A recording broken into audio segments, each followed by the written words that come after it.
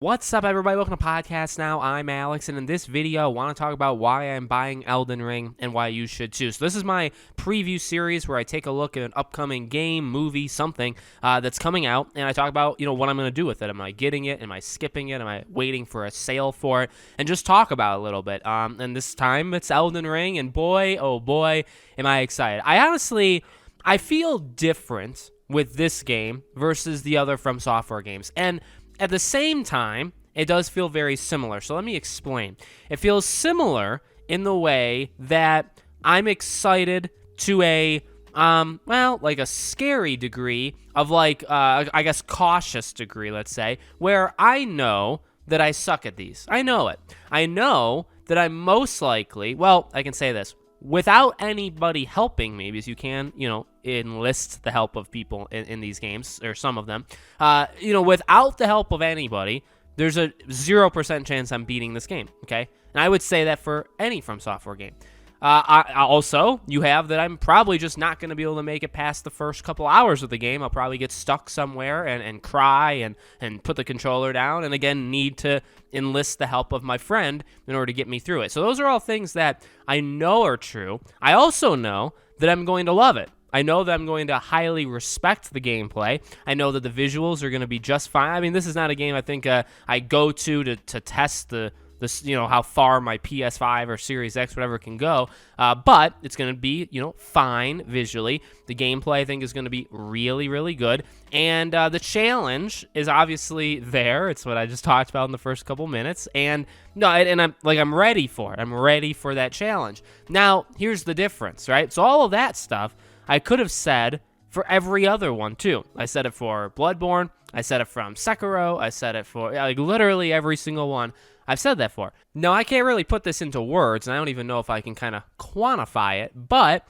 I just feel like a heightened sense of those things for this game. There is something specifically with when the gameplay, when people had like their 3-4 hours of, they were able to play Elden Ring a couple months back, and I was watching it, and I was thinking, it does look slightly different. Like, they've stressed some of the things that are going to be a little bit more different, or I guess the bigger focus of Elden Ring versus, say, a Sekiro, or versus what the Dark Souls games were, etc. And by the way, I've played all of these games. It's what I said earlier. I've never made it far in any of these games, but I've played, I think, every single From Software game since Demon's Souls, in one way or the other. So I'm not like a bandwagon fan per se. I think I have a mutual respect for these games without being any good at them, and I give them my money quite often, and what I get in return is a couple hours of entertainment, if you call it entertainment, and then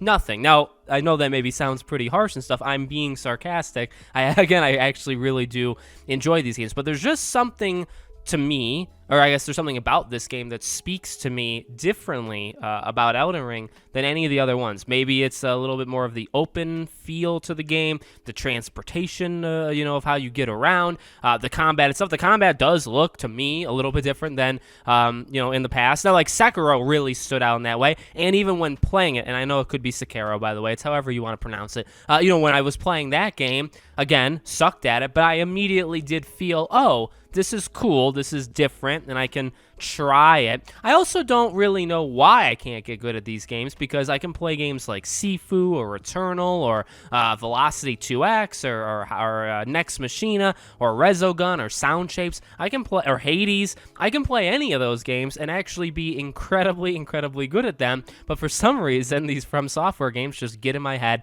and I can't do it. So, I could spend 30 minutes complaining about the difficulty, but bottom line is, these are games that I highly respect.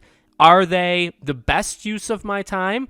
Probably not. However, I will say this is the first time that the stars have kind of aligned in the way that I have big desire to play it.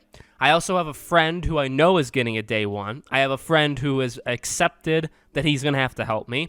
I have them, the creator, like literally From Software, talking about how this game is the easiest to enlist the help of people, that you're going to be able to get people to invade your world faster and easier than ever before, which should help you because you're going to get the help quicker than you normally would have. So in that way, I think the stars are aligning for me to actually make it for. So I would say, to quantify it, the reason why I think I'm more excited about this game is I think I have the highest chance of any From Software game previous to this game of actually getting far in it. And so I'm getting the most value out of my money. I'm probably going to get the most enjoyment because I'm going to see things in these games that I've never seen before, just because, obviously I haven't made it that far. But no, I'm really excited. Like, I am pumped. I can't guarantee I'm going to beat it because that's just, again, by myself, there's no way that's going to happen. And with the help of others, I guess maybe it's a 50-50 shot. But comes out at the end of this